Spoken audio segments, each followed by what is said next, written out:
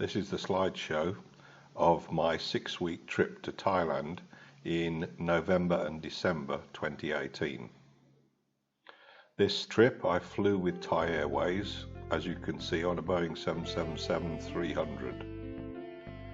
These are just a few photographs that I took as we were approaching Suvarnabhumi Airport in Bangkok, well, just outside Bangkok.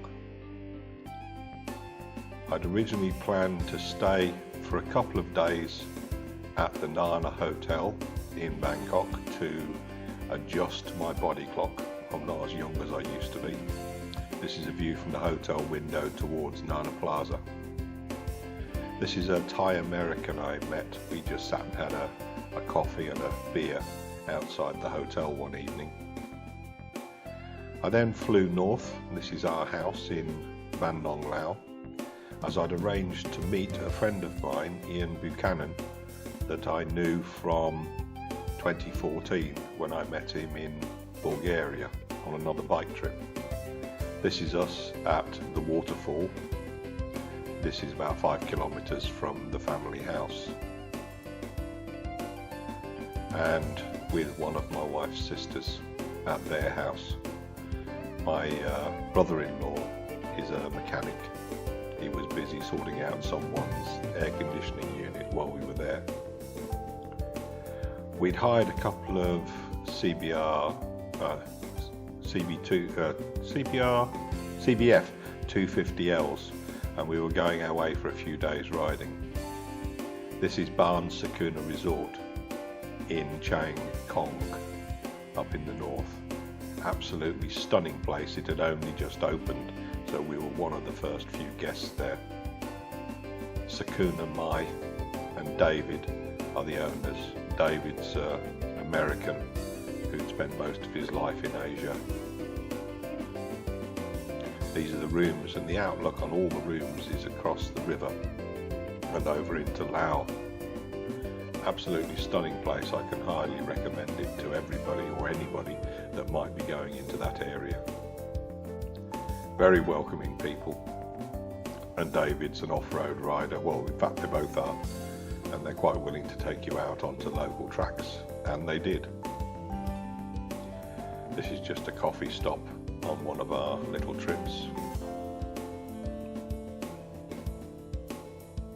Now, I don't know why these animals were there, but I didn't even ask for an explanation. Could be just decoration. This was a little waterfall we visited. And there's Ian in the foreground and David in the background, just taking a few photographs. Here they are again. My bike's tucked in behind. On the left side of the river is Laos, right side is Thailand. This is one of the many temples we have, well, not one that we visited on this trip, but there are many, many temples in Thailand.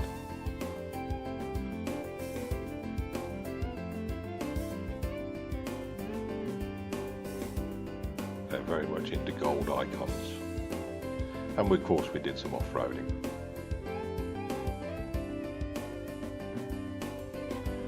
Having left Barn Sakuna, we moved on, and we wanted to go up to the Golden Triangle, what Ian did, because he wanted to visit the drug museum. The opium museum, in fact it's called, and it's about the opium trade and how it developed and then died out in the Golden Triangle. This is the actual resort part. You couldn't take photographs in the museum itself. This is a very popular tourist destination. After that we moved on west and ended up in a tea plantation, green tea resort. Again, lovely location, and we stayed there the night. You can park your bikes right outside your room. Again, every hotel room over there seems to have a little balcony, which is great. This is the restaurant, fully open air, as normal, and a view to the reception. That's the restaurant area.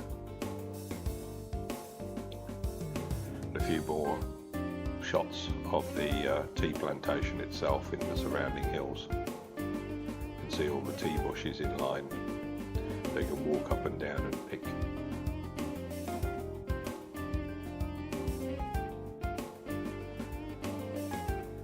After that we picked up some petrol and carried on round.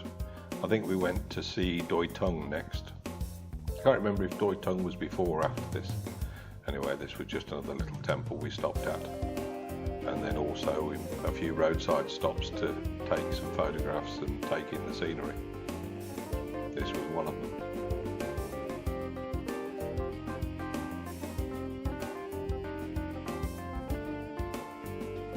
As you can see, beautiful vistas. We then headed back towards Chiang Rai, and this is Singer Park. I don't know if it's actually owned by the Singer brewery, but it's certainly sponsored by them. That's a restaurant we went and had some dinner at. There's Ian in the garden, and unfortunately here's a selfie of me. Another one. It's a very large estate, the Singer Park is. There's a local motorcycle shop just down the road. We stopped to have a quick look. This one caught my eye, quite an interesting little 125. Anyway, following on from there, just down the road again, we went to visit the White Temple. I'm not going to talk over these, there's quite a few photographs, but you can see the absolute stunning amount of detail and work that goes into all these temples, whether white, gold or whatever they happen to be. This next photograph was just interesting, they're moving one of the trees.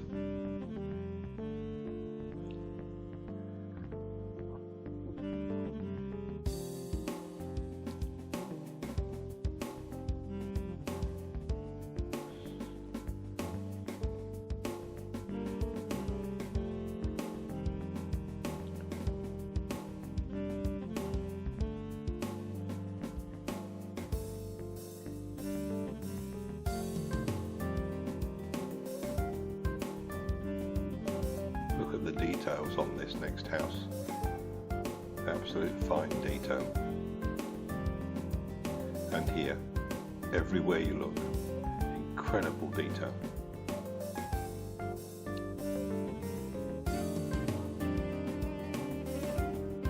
Anyway, we eventually pulled ourselves away and then headed south. We actually returned the bikes and headed south to Bangkok on our way to Phuket, where Ian's son was getting married. This is, that's actually Soy Cowboy. We're sitting at one of the bars there. The next clip I actually filmed while sitting at the bar at Hooters next to our hotel, opposite Nana Plaza. These are some of the street entertainers that were outside. It's quite incredible the skills the young guys have. I'll shut up now and enjoy watching it and the noise.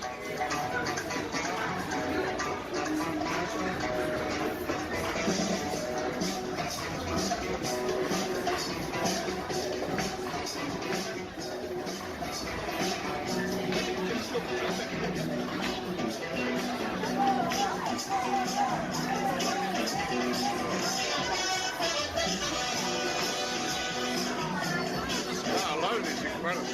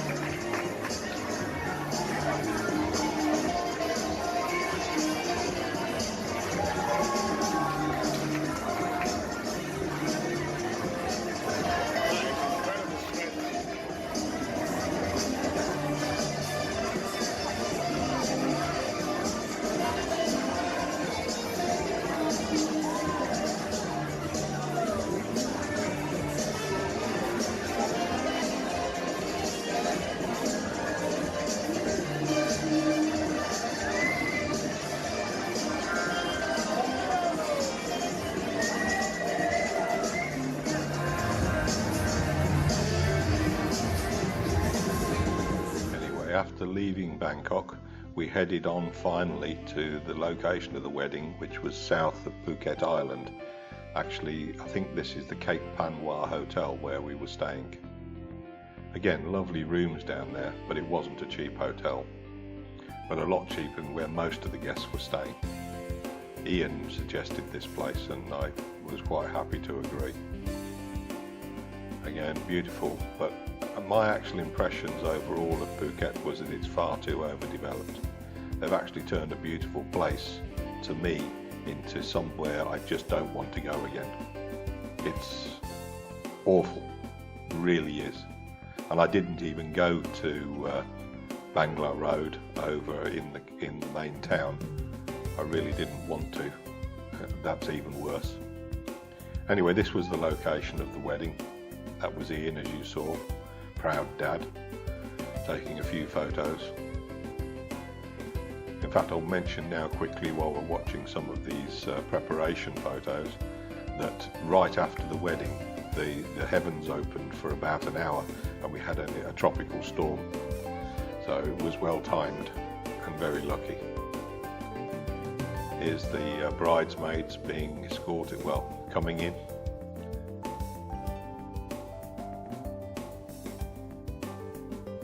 Some of them quite young. And then the bride and her father. Beautiful dress.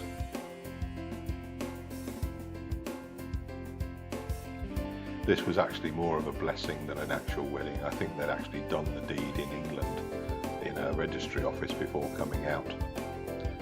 Although this was the sort of the family event.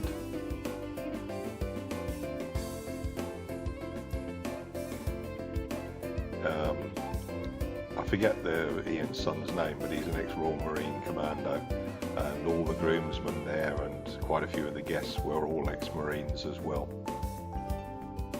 Nice bunch of guys. Went out for a meal with them all one night. This was the reception where they were giving the speeches, which was done from a balcony above this stairwell. There's Dad. I think that's Ian behind, that's the two dads.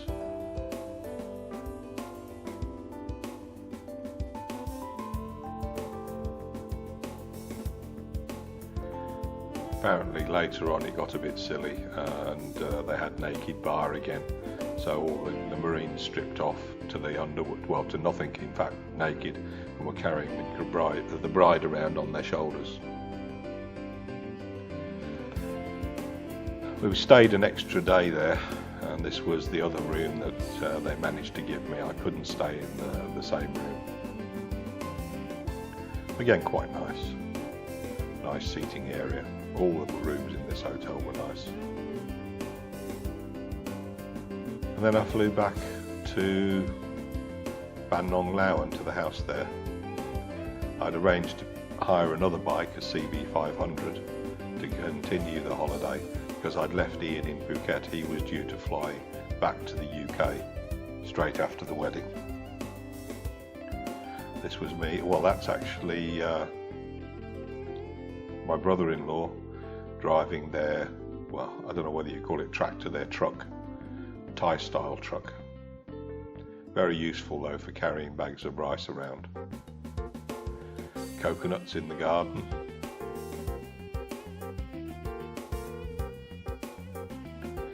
More shots of the house where I was about to leave and go for a ride along the border down towards Muang Loi to go and, well, stay at this hotel, which wasn't too bad price wise.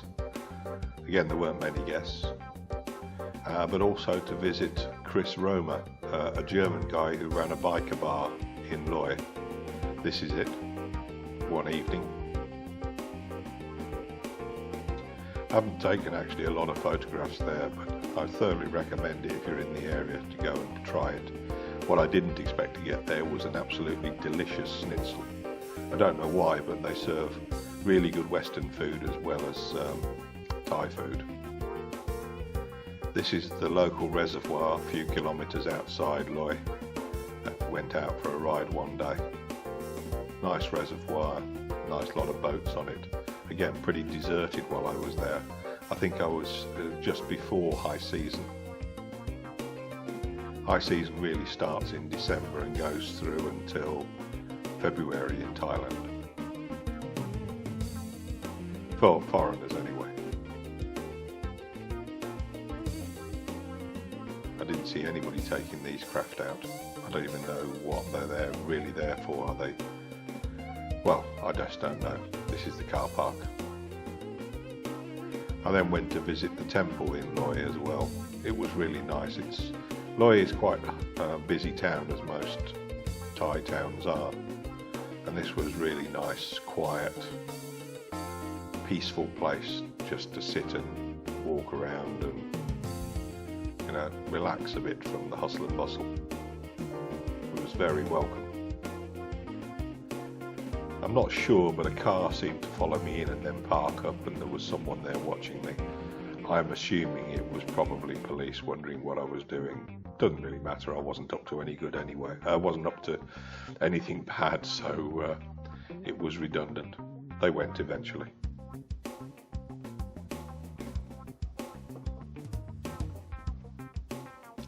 Obviously this is on a much smaller scale than the White Temple. Travelling back, I went up towards Nan following the border, stopped on this bridge. The monkeys, the noise of monkeys nearby was deafening. There were so many in the trees. I never actually saw any though, but the sound was deafening. I hadn't seen anybody for ages either.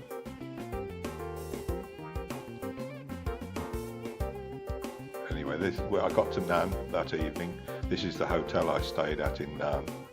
Big hotel, massive inside. This is actually a centre court within the hotel itself. You'll see how big it is shortly. This is just looking from the ground floor, but on all four sides there are corridors with rooms. This is looking down on it from my floor. Food there was good. I then rode a particular route back towards Chengkum. It was a really nice road. I think it was the 1178 or something. Had a thoroughly good ride along there before getting back to the house. I will have to go and do that ride again. Just a few more shots of the house. And this was one of the little visitors on the mosquito netting.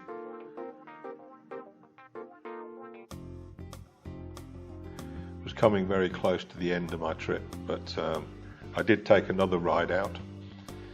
Went up to the Golden Triangle again. Here you can see Myanmar and Laos.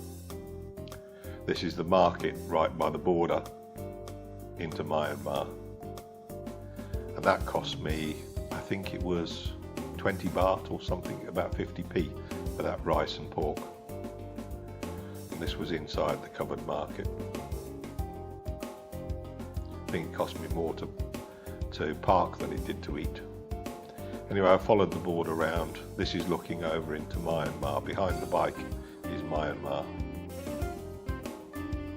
This was quite a high point, so I stopped. There was even some viewing galleries that you could walk up.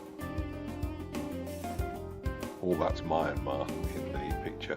If you walk off the far side of the road, the right hand side, that's Thailand. But if you walk off this next picture, if you walk off the side of the road behind the bike, you're in Myanmar already. It is that close to the border. The road is just the Thai side of the border.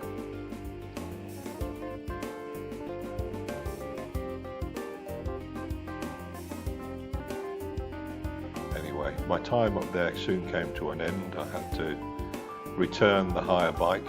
I got my Nok Air flight back to Bangkok, where I stayed for a while.